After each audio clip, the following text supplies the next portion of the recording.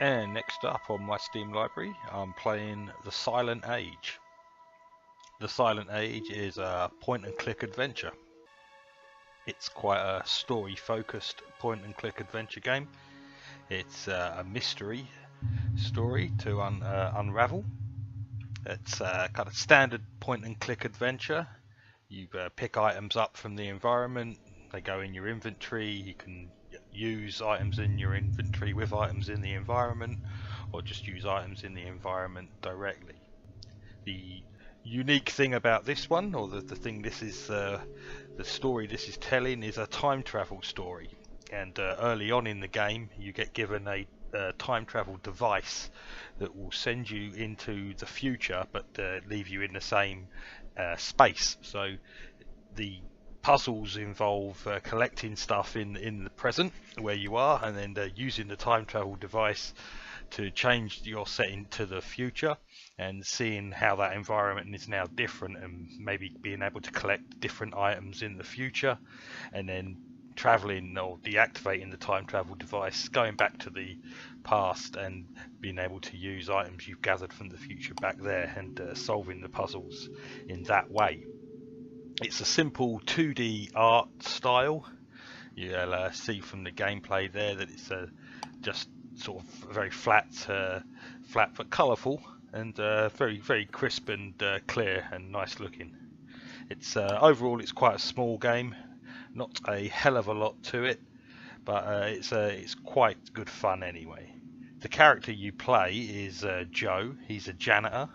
He starts off just in a office where he works, and quite soon he stumbles on this time travel mystery, and the story starts to evolve, and the time travel kind of facets start unraveling, and you get to work out, or try and work out, exactly what's going on.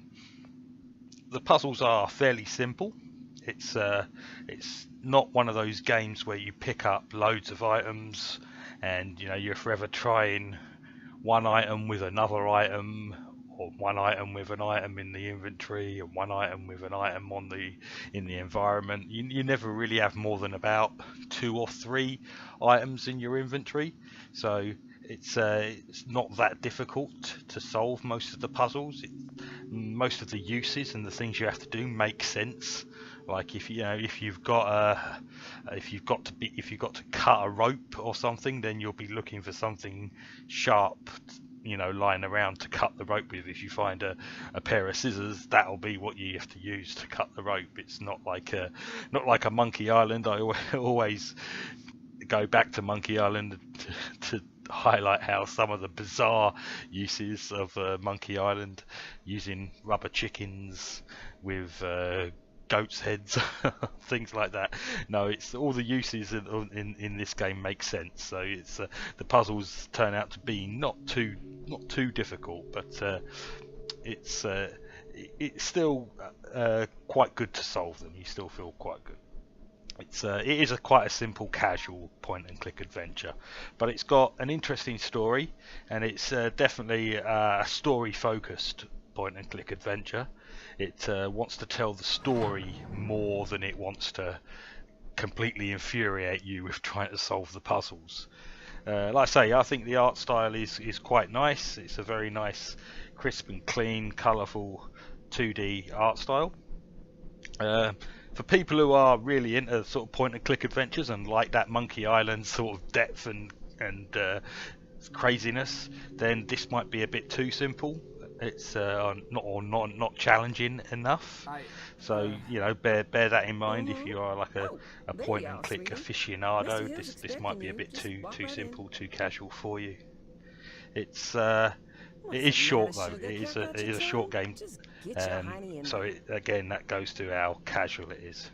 Its full price is $6.99, but like I say, very short, about 3 hours worth of gameplay there, with no real replay value. No reason to replay it or anything like that. So $6.99 for sort of a 3-hour game might be too expensive. I think it probably is, but in the sale I picked it up in, it was 90% off. So that put it down to about 70p, 69p, I think it was. So, you know, almost any game's worth 69p. So if it turns up in another sale for 90% off, then you might as well grab it. But if it gets a sort of another reduction of sort of in the sort of 75% off range, then that's still worth paying a couple or £3 for the 3 hours gameplay you get out of it. So yeah, you might as well pick it up if you see it at that cheap. Yeah, I'd sort of recommend it for that price, but like I say, it is very simple, very casual, and it might be too casual for someone who's looking for a challenging sort of point and click adventure. So that's the Silent Age.